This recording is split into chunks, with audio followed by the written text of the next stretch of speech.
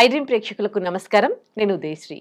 ఉద్యోగరీత్యా లేక ఉద్యోగాలు రాక ఉద్యోగంలో ఇబ్బందులు ఎదురైతే ఎలాంటి పూజలు చేయాలి అడిగి తెలుసుకుందాం. ప్రముఖ జ్యోతిషులు వీరభద్ర శర్మ గారు మనతో ఉన్నారు, మాట్లాడదాం. నమస్తే అండి. ఇప్పుడైతే ఉద్యోగాల కోసం చాలా మంది ఇబ్బందులు పడుతూ ఉన్నారు. కొంతమంది ఏమో ఉద్యోగం చేస్తూ ఇబ్బంది పడుతూ ఉన్నారు, ఉద్యోగాలు రాక ఇబ్బంది పడుతూ ఉన్నారు. వీళ్ళందరికీ కూడా వాళ్ళ జాతక రీత్యా ఎటువంటి పరిష్కార మార్గాలు చెప్తారు ఉద్యోగం కోసం ఎవరైతే సఫర్ అవుతూ ఉన్నారు? ఖచ్చితంగా అమ్మ, చాలా మంచి ప్రశ్న. సాధారణంగా ఇదివరకు పూర్వకాలంలో ఏమనేవారంటే ఉద్యోగం పురుష లక్షణం అనేవారు. ఉద్యోగం స్త్రీలు కూడా ఆచరిస్తున్నారు ఇప్పుడు. ఖచ్చితంగా ఇదైతే కనుక చాలా మంచి ప్రశ్నే. దీని గురించి అయితే కనుక ఒక ఉద్యోగం రావాలన్నా, ఒక ఇల్లు కట్టాలన్నా, అంటే సాధారణంగా విద్యలో రాణించాలన్నా, మన ఇంటికి ఐశ్వర్యం ఒక రూపాయి కోసమే ఇవన్నీ కూడా మనం చేసేటువంటివి. ఒక రూపాయి మన ఇంటికి రావాలన్నా సరే ప్రధానంగా అమ్మవారి యొక్క అనుగ్రహం ఉండి తీరాలండి. రాజశ్యామల, వారాహి వీళ్ళిద్దరినీ కూడా మంత్రిని దండినిగా చేసుకున్నటువంటి లలితా పరమేశ్వరి అమ్మవారు. ఆ అమ్మవారి పాదాలను కానీ మనస్ఫూర్తిగా భక్తి శ్రద్ధలతో కనుక ఆ అమ్మవారి పాదాలు ఆశ్రయిస్తే ఆవిడ సమస్తం ఇవ్వగలరు. ఎవరికి ఏదిస్తే వాడు జీవితంలో సుఖపడతారు, ఎవరికి ఏదిస్తే వాళ్ళ జీవితాంతం ఆనందంగా ఉంటారు, అటువంటివన్నీ కూడా ఇవ్వదగ్గ అమ్మవారు లలితా మహేశ్వరి, లలితా పరమేశ్వరి అమ్మవారు. ఆ అమ్మవారి పాదాలు పట్టుకుని భక్తి శ్రద్ధలతో అమ్మవారికి సంబంధించినటువంటి లలితా సహస్రనామాలు పారాయణ చేసుకుని, గుడాన్న ప్రీత మానస లలితా సహస్రాంతర్గతంగానే చెప్పబడింది. బెల్లంతో ఉండినటువంటి బియ్యంతో కూడుకున్నటువంటి గుడాన్నం, బెల్లం అన్నం, పరమాన్నం, అది అమ్మవారికి నైవేద్యంగా పెట్టి అది స్వీకరించినట్లయితే కనుక ఖచ్చితంగా వారి జీవితంలో మంచి మంచి ఉన్నతులైతే డెఫినెట్గా ఏర్పడతాయమ్మా. ఓకే. అంటే జాతకాలను పట్టి చెప్తూ ఉంటారు కదా, ఏ రాశుల వాళ్ళైనా సరే లలిత సహస్రనామాలు, లలిత అమ్మవారి పూజ చేస్తే సరిపోతుందా? అంటే ప్రధానంగా ఏంటంటే అండి, అంటే జ్వరం వస్తే అందరం ముందు పారాసెటమాల్ అనుకునేటువంటి టాబ్లెట్ జోలికి వెళ్తాం. అంటే అది అంతర్గతంగా ఇంకా ఏమైనా ఉంటే అవి టెస్టులు అవి ఉంటాయి. అలాగే జాతక అంతర్గతంగా అయితే కనుక ఈ కొంతమంది 2 సంవత్సరాలకి, 3 సంవత్సరాలకి, 4 సంవత్సరాలకు కూడా ఉద్యోగంలో రాపోవడం, ఉద్యోగం వచ్చిన తర్వాత నిలబెట్టుకోలేకపోవడం, ఇలాంటి ఇబ్బందులు ఉంటూ ఉంటాయి. అది వారి వారి యొక్క జాతకానుసారంగా కూడా మనం మాట్లాడవలసి వస్తూ ఉంటుంది.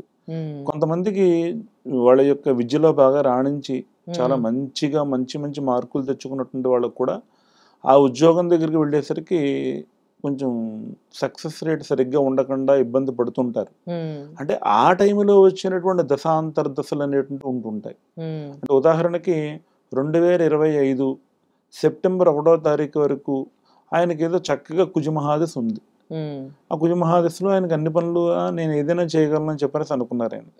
సెప్టెంబర్ 1వ తారీఖు దాటినప్పటి నుంచి ఆయనకు రాహు మహాదశ వచ్చింది. మరి రాహు మహాదశ వచ్చిన తర్వాత కుజమహాదశలో ఉన్నట్టుగా ఉండాలంటే కష్టం. ఆ టైంలో ఏమన్నా కొన్ని సమస్యలు, ఇబ్బందులు అడిగి రావచ్చు.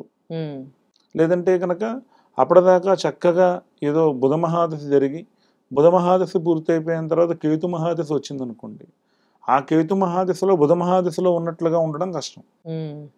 అప్పుడే నేషనల్ హైవే నుంచి దిగి పక్కకు వస్తే సర్వీస్ రోడ్లోకి వచ్చిన తర్వాత నేషనల్ హైవేలో లేదని చెప్పనేసి అంటే ఎలా కుదురుతుంది? అది అలా ఉండదు కదా. అంటే ఆ దశలో ఇచ్చేటువంటి ఫలితాలు ఈ దశలో వచ్చేటువంటి అవకాశంగా ఉండవు.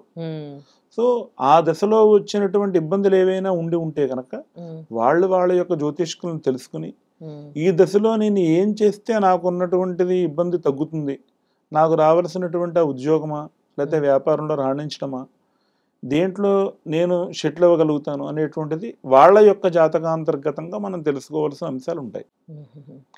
గురుగారు, మనము పుట్టినప్పుడే అంటే మన ఫేట్ ఎలా ఉంటుంది అని భగవంతుడు రాసే పంపిస్తారు అని మనం జనరల్గా అంటూ ఉంటాము, పెద్దవాళ్ళు కూడా అంటూ ఉంటారు.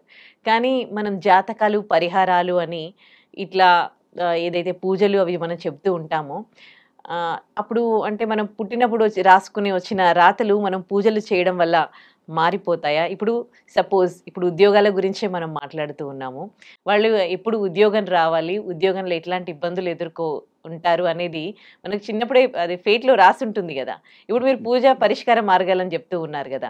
సో ఇప్పుడు పరిష్కార మార్గంతో మన ఫేట్ మారిపోతుందా? ఇప్పుడు ఒక వ్యక్తికి బ్లడ్ ప్రెషర్, బీపీ అనే కంప్లైంట్ వచ్చింది. ఆయన బీపీ టాబ్లెట్ వేసుకోవడం వల్ల బీపీ తగ్గిపోతుందండి మొత్తం. తగ్గదు. ఏమవుతుంది? కొంచెం దాని నుంచి అంటే ఇబ్బంది కాకుండా ఉంటుంది. అంతే అంటారా ఇది కూడా? చంద్రశేఖర చంద్రశేఖర చంద్రశేఖర పాహి మాం అని చెప్పినటువంటి మార్కండేయుడు 16వ సంవత్సరంలోనే చనిపోతారు అని చెప్పేసి రాసుంది ఆయనకి. హ్మ్. ఆయన పరమేశ్వరుని చాలా గట్టిగా ఆలింగనం చేసుకుని ఇప్పుడు నేను చెప్పినటువంటిది ఈ యొక్క చంద్రశేఖరాష్టకాన్ని పాడారు.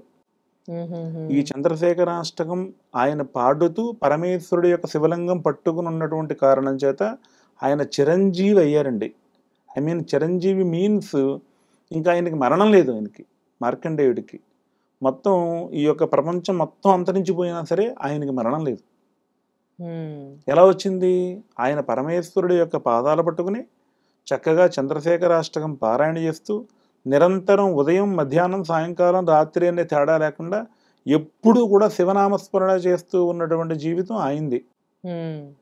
మరి 16 సంవత్సరాలకే చనిపోతాడు అని చెప్పిన యమధర్మరాజు గారు కూడా ఆయన యొక్క వాహనం మీద పాశం కూడా పట్టుకుని వచ్చాడు. ఈ యొక్క మార్కండేయుడికి శివలింగానికి కలిపి ఆయన యొక్క పాశం వేశారు. మరి ఆయన చిరంజీవి అయ్యాడు. ఆయన 16వ సంవత్సరంలో చనిపోవలసినటువంటి వ్యక్తి.